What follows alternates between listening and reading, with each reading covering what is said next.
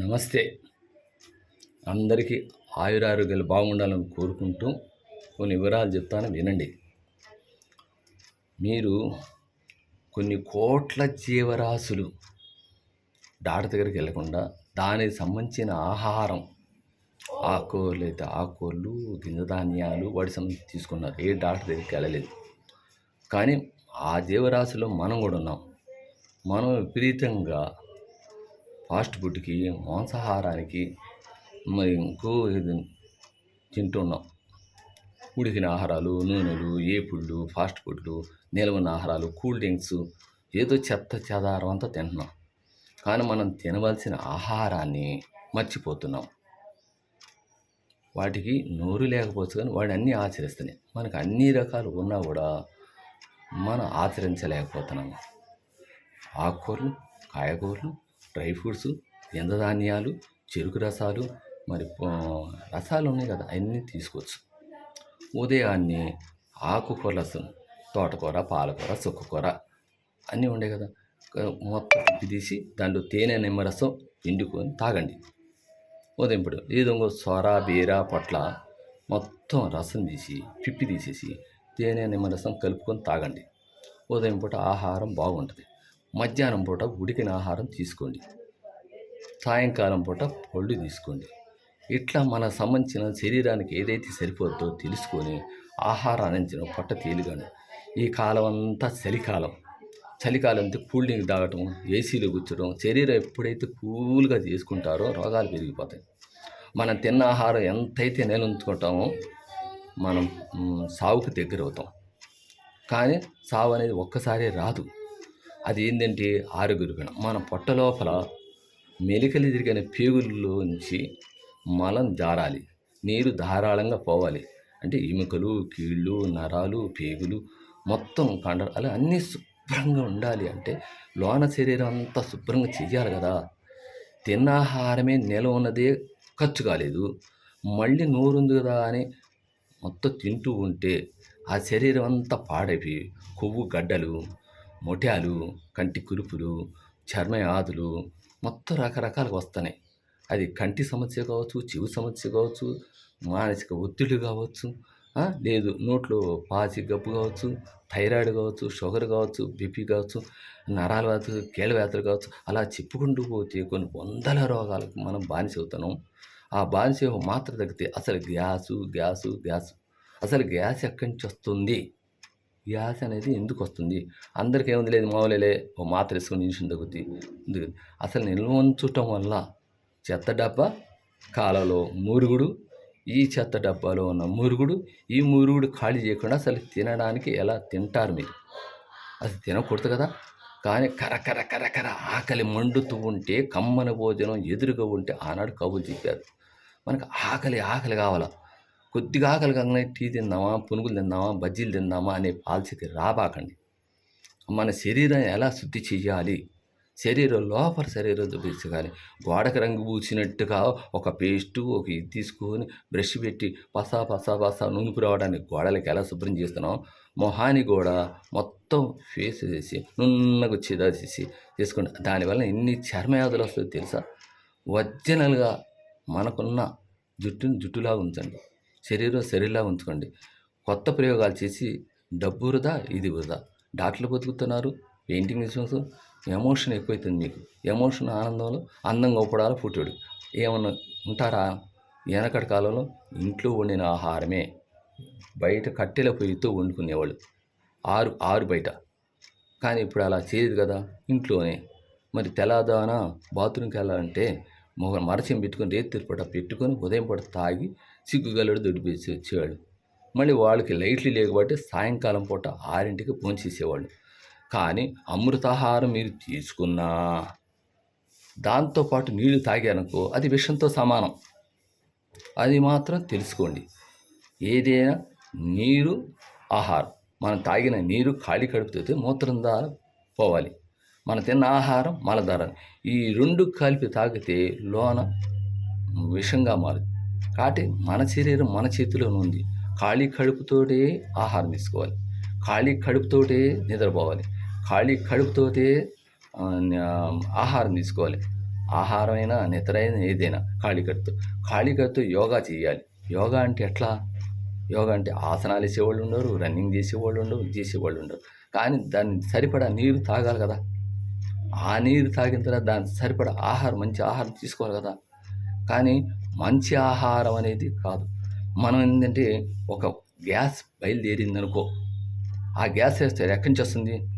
Typhoid, malaria, మరి ఇంకా కొవ్వు గడ్డలు, చర్మవ్యాధులు, ఇంకా శరీరం ఉప్పదీస్తే అన్నీ మచ్చలు, గ్యాంగ్రీస్, కాళ్ళు తీసేయటాలు, చేయి తీసేయటాలు, ఇవన్నీ షుగరు, బీపీలు వల్ల వస్తున్నాయి. పక్షవాతం ఎందుకు వస్తుంది? ఉప్పు ఎక్కువగా తినటం వల్ల. ఉప్పు అనేది దిష్టి తీసి పక్కన పడేస్తారు తప్ప ఉప్పు ఎవరు కూడా వాడకూడదు. కానీ సోడియం కావాల్సింది. మనం తీసుకున్న ఆహారములో సోడియం ఉంటుంది, ఉప్పు, అట్లానే తీపి ఉంటుంది, వగరు ఉంటుంది, అన్నీ ఉంటాయి. మనకు కావాల్సిన vitamins A, B, C, D అన్ని విటమిన్స్ ఉన్నాయి కదా. అవి మాత్రల రూపాయన వేసుకునే బదులు మనం తీసుకునే ఆహారాలు ఆకుకూరలు ఉన్నాయి, కాయగూరలు ఉన్నాయి, డ్రై ఫ్రూట్స్లు ఉంటాయి, అన్నీ ఉంటాయి. చెరుకు రసం కావచ్చు, ఇది కావచ్చు. అది వండని ఆహారం, ఎండదార పండిన ఆహారం, అవి తీసుకోవచ్చు. కానీ వండాలనుకుంటే కాస్త పెట్టుకొని నూనె ఉప్పులు తగ్గించింది. అదే నూనె బదులుగా ఏం చేస్తారు? వండేటప్పుడు కొబ్బరి పాలు పోసుకోండి. మరి కారం కావాలి కదా, కారం కావాలంటే ఏం చేయాలి? మనం పచ్చి కారం వాడండి. ఇది చేసుకోండి. మరి రక్తం బాగా పెరగాలంటో ఆకుకూరలు, పండ్లు బాగా తీసుకోండి. మరి అరుగుదల అయ్యే పదార్థాలు తీసుకోండి. ఇలా చెప్పుకుంటే విటమిన్స్ కావాలనుకో తవుడు ఒకసారి పట్టింది తీసుకొని దాంట్లో జల్లెడ పెట్టి దాంట్లో ఒక చెంచా వేసేసి తాగండి. బి కాంప్లెక్స్ వచ్చేది. మరి సి విటమిన్ వచ్చిన నారింజ పండ్లు అట్లా తీసుకోండి. కాల్షియం కావాలంటే ఎముగురు సంచిన నువ్వులు తీసుకోండి. అట్టా తమలపాకు, ఇవన్నీ రకరకాలుగా ఉన్నాయి.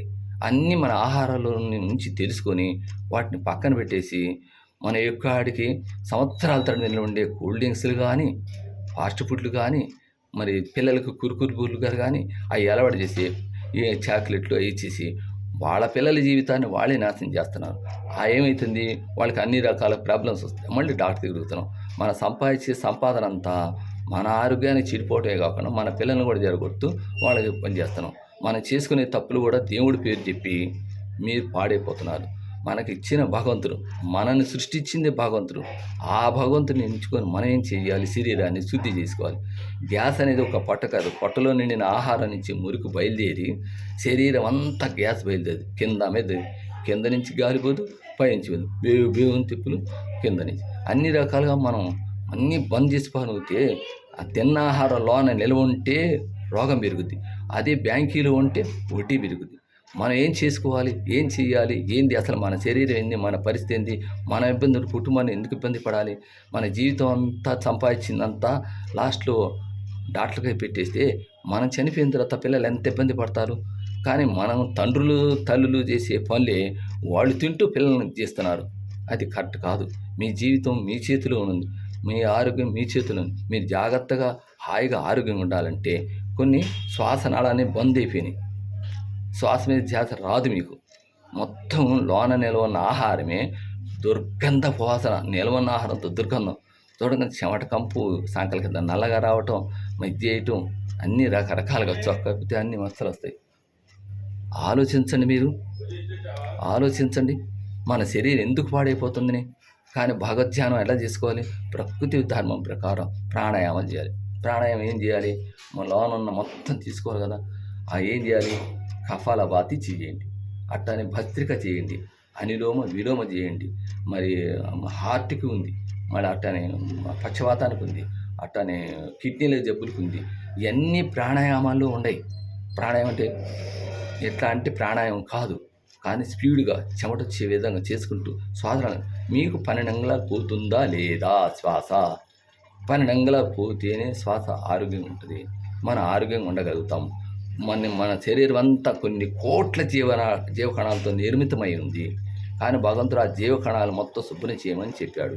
భగవంతుడు మనలో అందరిలో ఉన్నాడు. మన శరీరంలో భగవంతుని మనం శుభ్రం చేసుకోవాలేదా? ఆయనకి ఇష్టం వచ్చిన పండ్లు, కాయగూరలు పెట్టాలా లేదా? అవి పెట్టకుండా పులిహార పొట్లాలు, ఆ పొట్లాలు అప్పుడు కూడా కలికెళ్ళి ఏదో భోజనం కలిసి వస్తుందా అని ఈరోజు మనం వంట చేసే పని లేదు అనుకుని తినటానికి అలవాటు పడ్డారు తప్ప మన జీవితం మన నాశనం చేసుకుంటూ భగవంతుడు నా జీవితం ఏందని అనుకోవడం తప్పు. కొన్ని ప్రాణాయామాలు చూపిస్తాను చూడండి.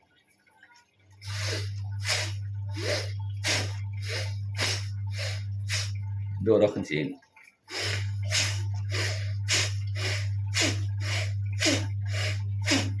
డోరకం చేయండి. అట్లానే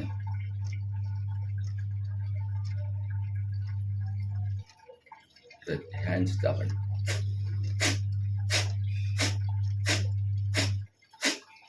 ఇది హార్ట్కి పనిచేస్తాయి.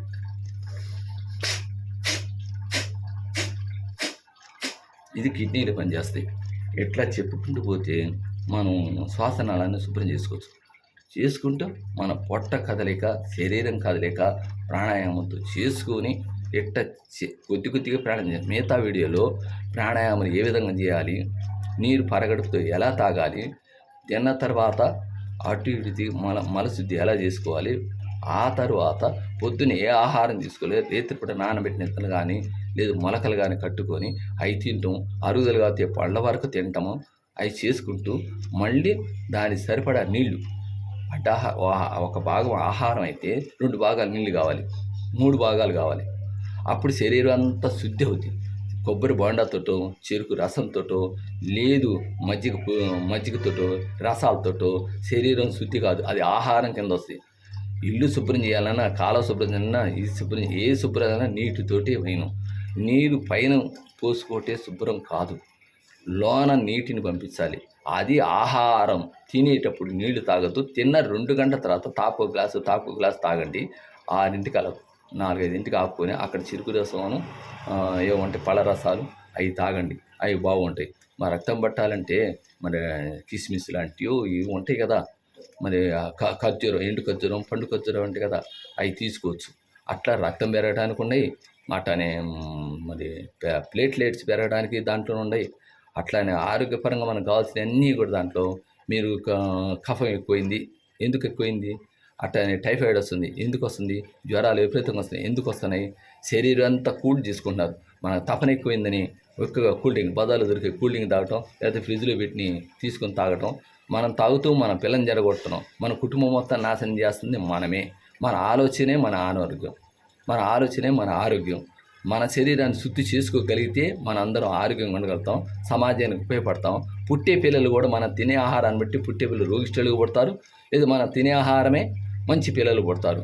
మనం తినే ఆహారమే మనం పాడు చేసుకుంటూ రాబోయే తరాన్ని కూడా మనం చెడు చేస్తున్నాం. అలా చేయకుండా సమాజానికి ఉపయోగపడంగా మీ అందరూ బాగుండాలని కోరుకుంటూ ఇంతతో సమాప్తం. ఉంటాను.